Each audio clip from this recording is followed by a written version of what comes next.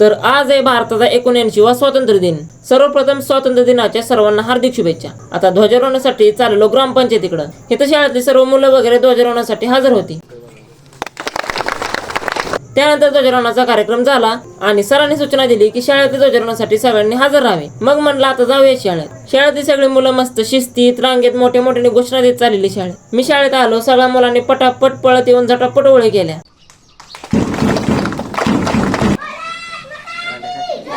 त्यानंतर शाळेतलं ध्वजारोहण पण छानपैकी पार पडलं। त्यानंतर आता शाळेची बस आलेली गाण्यावर कवायत ती चालू होणार होती आणि म्हणलं आता मजाच येणार बघायला।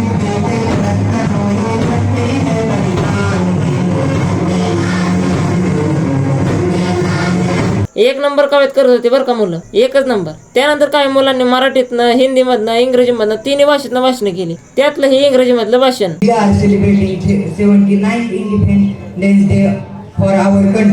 शाळेतल्या मुलांनी बऱ्याच क्षेत्रात काही बक्षिसे मिळवलेली ना, मग त्याचंच वितरण इथं चालू होतं। इकडं सुशांतच्या भावाला बरीच बक्षिसे मिळालेली। शिटी वाजवा शिटी वाजवा।